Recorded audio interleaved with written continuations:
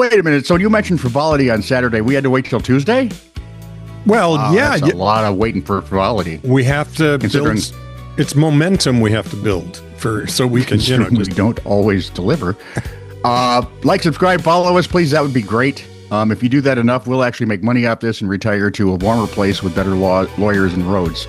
We do, however, clean our roads very well here in Minnesota. We do have the best snow removal. There is that. So like, subscribe, follow, hit the bell if you would. If you have a comment, you can leave it right here. Or if you have something in long form, a question, a comment, a conundrum, or our favorite, a snark. Maybe even a story we missed, which, with our crack team, it's hard to understand that we would. Send that off an email to TITR@netradio.network. You titters, you.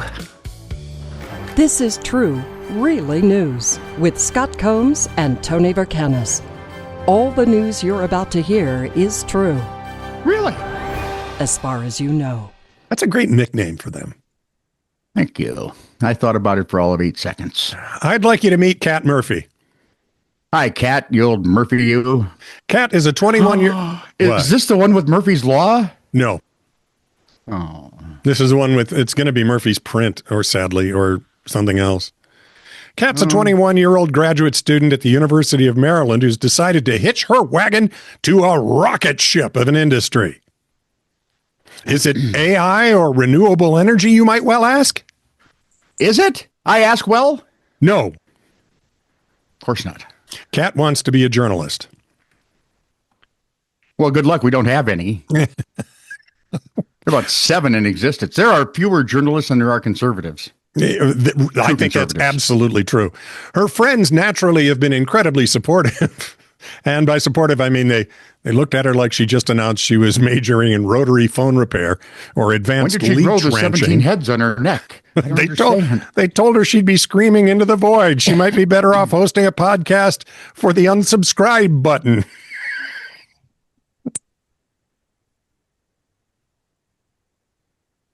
Okay, that's funny. We've been told that. Wait. But Kat is undeterred. Well, I hate it when you're deterred, so good for her. Yeah. She's ready to speak truth to power. Unfortunately, according to a new study released this fall, power isn't listening. And neither is anyone else under the voting age. You see, power has never really listened. The News Literacy Project surveyed American teenagers, a demographic known for their calm, nuanced takes on the world. You mean the ones we see on all those different little video clips screaming and bellowing at the top of their lungs because they've never been told no before? Acting like doofuses? Yeah. They asked the embarrassing part is when you're looking at 40-year-old women doing that. And it's like, well, then you're kind of going, I just wanted to fit in with the cool kids, they say. By the way, socialism, communism, not the greatest detriment to the American nation. The greatest detriment, liberal women. They're just and they rate really, really high in anxiety right now. Well, they're such happy human beings. And it's crazy, but they're saying the mental health is really tough. Think how hard it is to be mad at everything, but really not have any idea why. Yeah. Anyway, they asked these teens one word to describe the news media. 84% came back with negative descriptors. Let's see. The top contenders, some of which we shouldn't say on here, were biased. Yep. Crazy. That's fair. Although crazy people would argue. Yeah. Fake. And the most cutting insult a teenager can possibly wield. In fact, some tried it on us. That would be? Boring. It's like, so what? What, did they use words you didn't understand? Yeah, it's just boring. But wait, it gets better. Go down to your mom's basement, get out your computer, Google it. The study found over half of American teens believe journalists are living in a thrilling cinematic universe of corruption. They believe reporters regularly pay sources for info. The survey also says teens believe reporters make up quotes. Well, I think that's been proven. Given recent history, yeah, they do. And do favors for advertisers. BBC?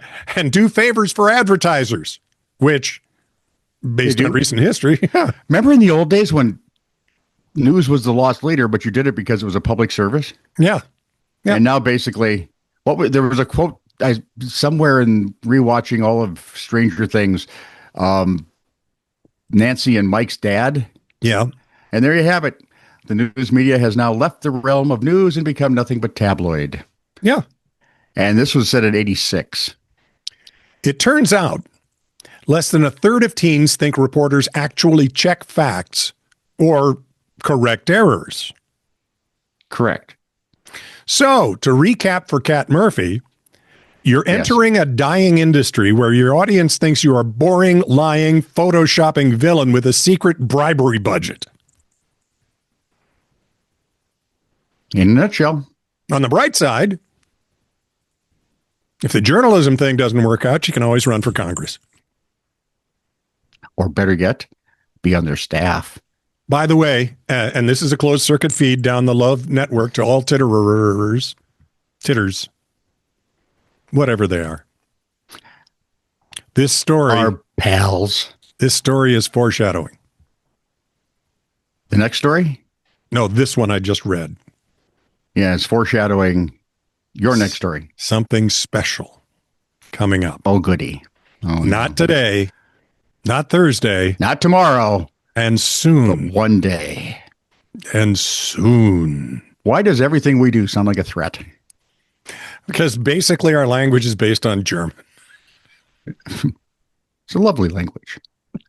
Mellifluous, dulcet, pear-shaped tones. Mila Kunis. I know everyone says Russian sounds so harsh, but I think it's a beautiful language. Well, she kind of makes everything she says kind of beautiful, if you'll excuse me. Although when she was explaining a conversation, our conversations are generally, loud because we're just loud people. Okay. That's true. But even her loud doesn't sound awful. A Danish zoo. Here, let's see how you react. Wait, are the pastry? No. The Daneland. Because if there's a Danish zoo, I want one. I just want the Danish. That's what I'm saying. I have children and grandchildren. I don't need the zoo. No, that's a Danish zoo has recently stirred up a bit of controversy. Here's what made it so controversial. Okay. They were asking folks who didn't want their pets to donate them to the zoo. Now, what's your first thought? Oh, cute. That's neat. No, give them the unruly little one.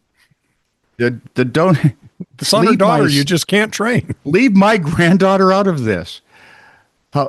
Riley, I'll give you his address. There we are. However, the young one, Riley likes me. She thinks I'm funny.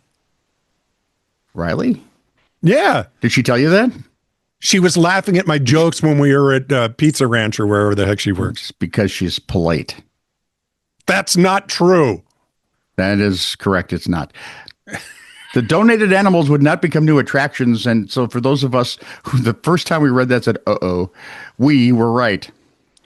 They want those pets to be food for the zoo's carnivores. How is it England hasn't come up with this? Aalborg. For our Komodo dragons, we have a nice Dalmatian dinner. They'll be there for weeks. Aalborg Zoo put out a Facebook post informing folks they could donate various animals to be fed to other various animals at the zoo. Have they considered the animals in Congress? I don't have the whole list, but on the I'm encouraging this if that's the case. I'd be for it then. On the acceptable list of pets were critters like chickens and rabbits. Chickens as pets? Yeah, people have chickens as pets. It's been happening in urban areas of all things. Okay, I thought it was just like for eggs and the occasional dinner. Yeah, but the eggs, right now the eggs save you a ton of money.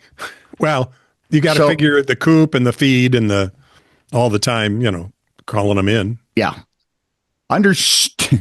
Understanding, and we all do, that every animal has to eat and carnivores consume meat. However, commenters quickly expressed a bit of outrage at the zoo's idea. Imagine. For its part, the zoo has explained that using pets as food is nothing new in Denmark. Okay, remember when I said the Eastern Seaboard, California, those kind of places were off my list? Yeah. So is Denmark. Even in the Soylent Blue US, is domestic pets. animals. Soylent Blue is pets. No, because they'd be saying it in like gorilla. Oh, yeah. Wait, they're usually herbivores. Anyway, even in the U.S., domestic Then animals feed 'em regularly people end up named on zoo Herb. menus. Did you know that? What?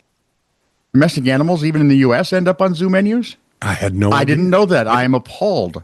And a Steven. And a Frederick. The Aalborg Zoo is, here's a shock, in Aalborg, which is the northern part of Denmark. Yep. Just Last before you July, get the to zoo the sea posted an there. announcement that invited folks to donate to the zoo, and instead of money or volunteers, they wanted pets.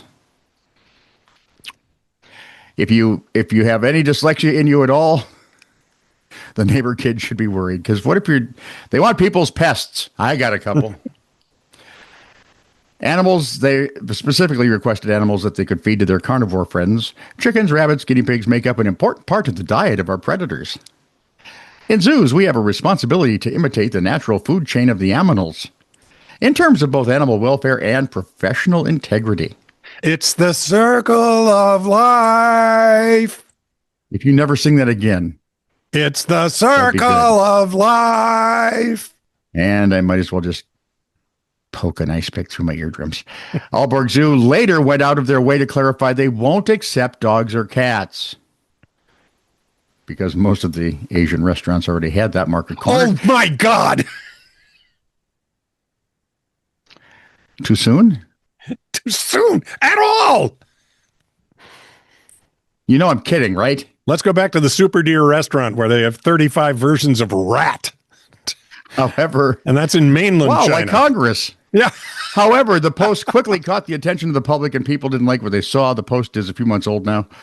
But the hubbub still hasn't really died down. People outside of Denmark in particular expressed their shock and disgust at feeding pets to zoo animals because people need something to be shocked and disgusted by these days. Well, it is the circle of life, for Pete's sake. And it does you no good to feed them bananas. And then you get the monkeys mad. Right? They're going, hey, where the heck is my banana? And no one wants a tick torque. Monkeys, tick torque. What's it? Torque. Peter torque, monkeys. Oh, okay. I get it. Really funny. Wow. I don't know how to say this any other way that bite me. Dateline, the bathroom. Forget fiber. geez. Forget probiotics. Forget that little plastic footstool your aunt bought you for Christmas. I like the footstool. According to the internet's most enlightened wellness influencers, which I happen to run across, and that's why we're doing this story. An enlightened influencer? Really enlightened or just one who thinks they are? The latter.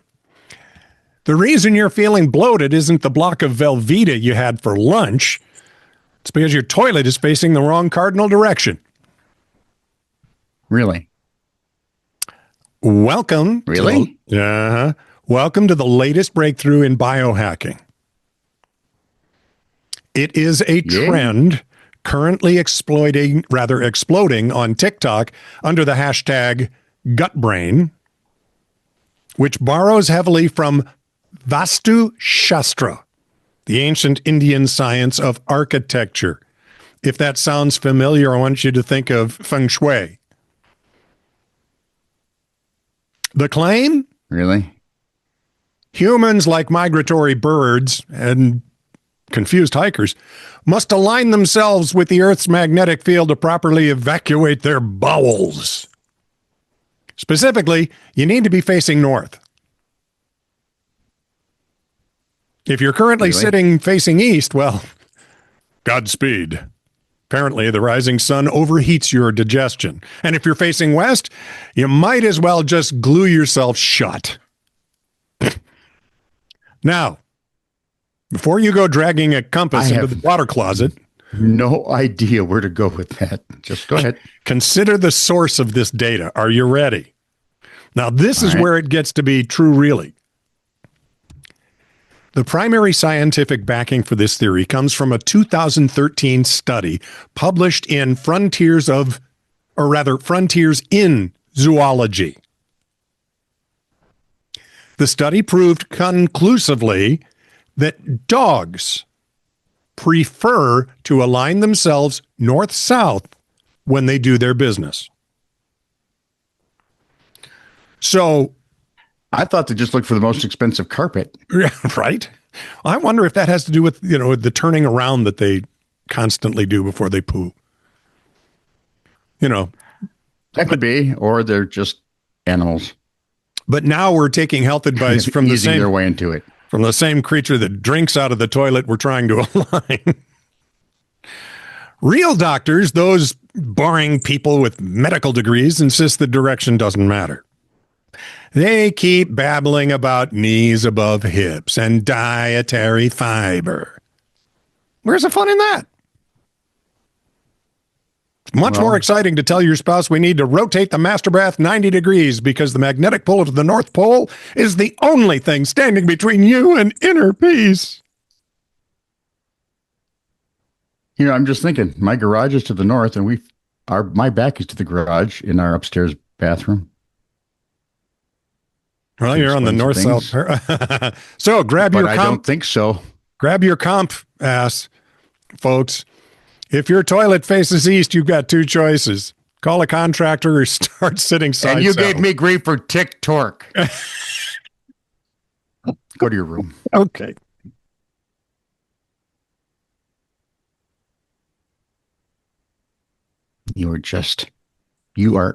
I'm incorrigible. Such a hit you'll get. All right, we got to take one more trip to the UK. Okay. I don't know why Vladdy's still there, but he is. Christmas party time. For some people, the thought of getting drunk with colleagues is way more appealing than to other folks. As enticing as the prospect of free bar is, it's important that you don't land yourself in trouble by drinking too much. It's true. It's always true, because when you drink too much, stupid happens. Stupid is like, if you drink too much, you suddenly all by yourself become like a gathering of middle school boys. Or you and me. Any idea sounds great. Or this is why we don't drink a lot sober at gatherings, Yeah, because then it gets ridiculous. Some people are trying out a new drinking hack called zebra striping, alternating alcohol drink with water. Alcohol one drink, water the next. That's not a bad idea. I don't know. Other Christmas parties are going booze free, which means dry January is getting an early start. Wow. I'm never getting through that gin I just got. If you mix it right, it's great. So let's take a case in point, shall we? All right. Molly shared a picture of the aftermath from last year's Festive Work event in a video on TikTok, because that's where everyone puts stupid videos. And some entertaining ones. It's hard to find them, though.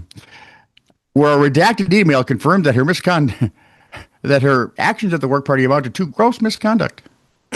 Unfortunately for her, she was still under probation at her job, and we know what that means. Don't come back. Dear Molly, it is with regret that I must confirm the outcome of my investigation into the events that took place at the staff Christmas party on Saturday evening. And then a full 2 paragraphs are blacked out. Continuing with, risked putting the reputation of the nursery into disrepute. The amounts of gross misconduct. This amounts to gross misconduct as you are still on probationary period. I had no option but to terminate your employment. When does it go from gross to disgusting? I think that's probably just not a big leap. I would wonder what she did. I didn't see. Now the worst part is that's what I'm doing. Have you ever tried to hold a computer? You know how in the old days, if you saw something blacked out, you could hold it to the light, see if they used a good marker. Oh yeah. That doesn't work with a computer screen. You can't do that. I hold it up to the light and just things fall off the screen onto my head. Because lawyers have to earn their money somehow, law expert Catherine Cook explained, Christmas parties are work events. Yeah, they are. No one ever remembers. So employers can be liable for employees' actions during those events, or in the UK, probably for several years later. And even if they worked someplace overseas, they might take action. UK jurisdiction knows no bounds. You once worked for us, so now...